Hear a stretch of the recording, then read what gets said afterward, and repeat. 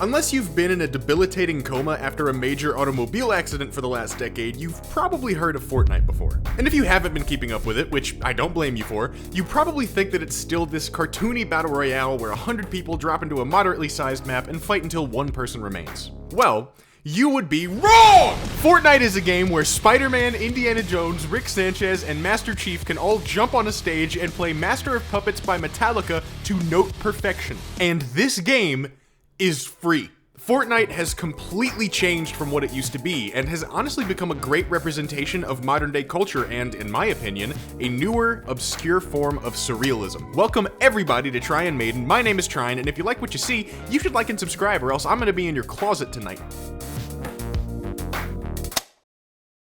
As someone who has kept up with Fortnite for the last seven years! As someone who has kept up with Fortnite over the last 7 years, the progression from a normal Battle Royale game to commercialization station has felt pretty natural. There wasn't really a day when Epic Games just woke up and decided to bring in characters from every end of pop culture. It all happened sort of gradually, but why did it happen at all? Fortnite made a huge splash back in 2017 at the height of the Battle Royale phase. Every single streamer and YouTuber was playing it after it overtook games like PUBG. And in 2018, Fortnite was the ruler of video games, with many saying that that year was the game's peak. However, once 2019 came around, the game started to dive off a cliff in terms of popularity. This was probably due to a combination of fatigue from the community and the resurgence of Minecraft that also happened that year. Also in 2019, Fortnite released its first official collaborative skin, Marshmallow. After that, collaborative skins were pretty rare, only coming out for special occasions. These included a couple of Avengers, Batman, Stranger Things, and Borderlands. After that, Deadpool was included in the Chapter 2 Season 2 Battle Pass, and was the first time a licensed character appeared in one. And in the next season, Aquaman was included in the Battle Pass. And then came Chapter 2 Season 4, the Marvel season. The entire Battle Pass was made up entirely of licensed characters for the first time ever. And after that season, which I presume did well, Fortnite just went overboard. The Mandalorian, Master Chief, Xenomorphs, Kratos, Ghostbusters, The Walking Dead, Terminator, The Predator, G.I. Joe, Street Fighter, Tron, just to name a few. And as time went on, more and more collaborations got added. Star Wars, Rick and Morty, Ariana Grande, Dune, Resident Evil, Sonic, Indiana Jones, Mr. Beast, Dragon Ball Z, Transformers, Family Guy, Lady Gaga, Fallout, Metallica, Lethal Company, El Chapulín, Colorado. And that's not even all of it. So as the years went on, Fortnite collaborated with more and more IPs, expanding the game's universe, and Fortnite changed in many fundamental ways.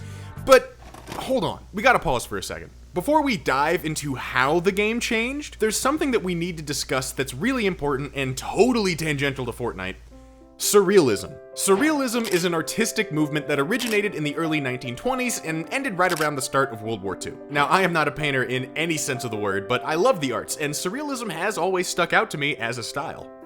Yes, this is a Fortnite video. Anyway, surrealism started because of World War I, with the movement reflecting artists' reaction to all of the rationalism and quote-unquote common sense that led Europe to the Great War. This reaction was a positive artistic expression that we now know as surrealism. Now, surrealism can be defined in many ways, with many defining it as putting real, everyday objects or symbols into an almost dreamlike world, stripping away all of their conventions to create a new reality, or a surreality. Okay, big words, what does all that actually mean? You're essentially taking normal things that have their own place and making them abnormal or putting them in a different place. Now, as is the case with many artistic movements, surrealism has a very wide spectrum regarding what is and isn't part of the movement. So rather than talk about the movement and where it came from, I'm just gonna share some examples.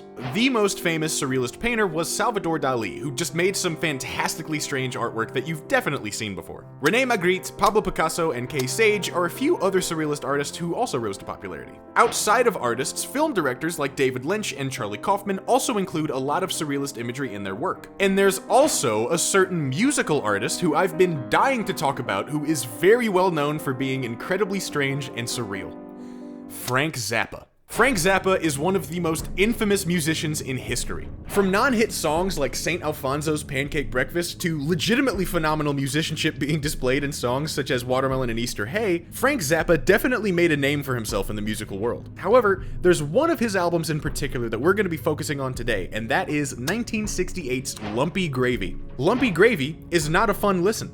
It is not even really a conventional album. It's more like a cacophonic symphony of, well, everything.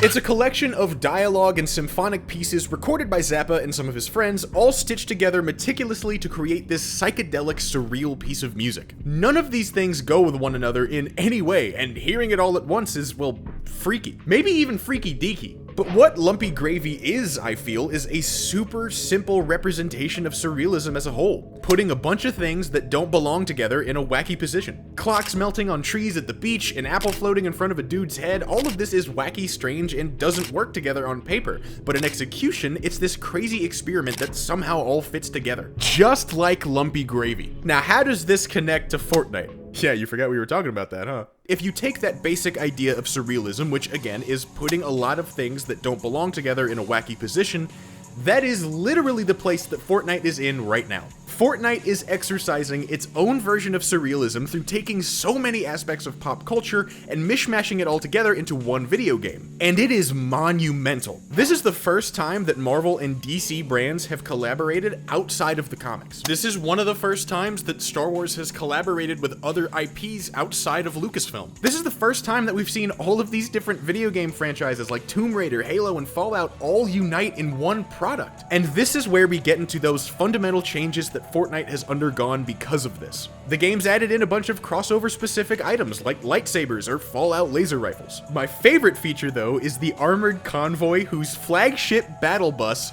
blasts Metallica's music everywhere they go. This game is insane. It's insane. Spider-Man can brandish a shotgun. The Mandalorian can drive around in a G-Wagon. Rick Grimes can dance Gangnam Style. I don't think that those specific things were intentional on Fortnite's part, but I do think that Epic Games accidentally invented a form of pop culture surrealism where popular characters can do whatever the player wants. So now it's time for the big question. Why? Why? Well, I think that actually has a simple answer. Fortnite got too conventional. Much like the beginnings of surrealism, the normalcy of regular Fortnite probably just got too stale for both the developers and the community. And the Fortnite that we have today is a reaction to that normalcy, an attempt to make Fortnite not boring. Losing your player base is a terrible thing to happen to live service games, so as a developer, you have to do bigger and better things to keep your audience invested. I find it funny that the only time Fortnite got close to the popularity it saw in its heyday was when they brought back the old map. That, to me, shows that what made Fortnite good is its simplicity, not all the big events that it has. And like I said at the beginning, it started slow with a few skins or a Travis Scott concert, but it has since snowballed into this extreme, overstimulatory mess that is just beautiful, but also maybe a little scary? Fortnite's intention is not as wholesome as positive artistic expression. Hell, I would barely say that their intention is to create this pop culture metaverse full of so many characters. Their intention is to make money. When discussing this with my friends, they've described the game's commercialization as dystopian, and I wouldn't go that far, but I do feel like this is the closest real-world representation of the Oasis from Ready Player One that we will ever get. Eat your heart out, Mark Zuckerberg. Fortnite's got you beat. Now, Fortnite is nowhere near the level of artists like Dali, directors like Lynch, or musicians like Zappa. I'm not even trying to say that Fortnite is a proper representation of surrealism. Those artists were attempting to innovate, and like I said, Fortnite is just trying to make money. But even through all of these changes in gameplay and shifts in commercialization, I still find Fortnite incredibly fun. We can debate the semantics on the effects of the game's change all we want, but at the end of the day, it's entertaining, and that's all that really matters. I like to say that I've soured on the game in many ways, but virtually getting shot in the back of the head by Lars Ulrich is an experience that I never would have thought I would have, and I am honestly thankful. I am so thankful that Epic Games lost the plot of what made their game good so hard that we get this ultimate amalgamation of pop culture and get to see it pushed to its fullest extent. Maybe Fortnite, in their quest to make as much money off of young children as possible, accidentally innovated in a completely unexpected way. And I, for one, am all in on it. I wanted to thank each and every one of you for watching. This has been Tryin' Maiden, I've been Tryin', and I'll see y'all soon. Peace!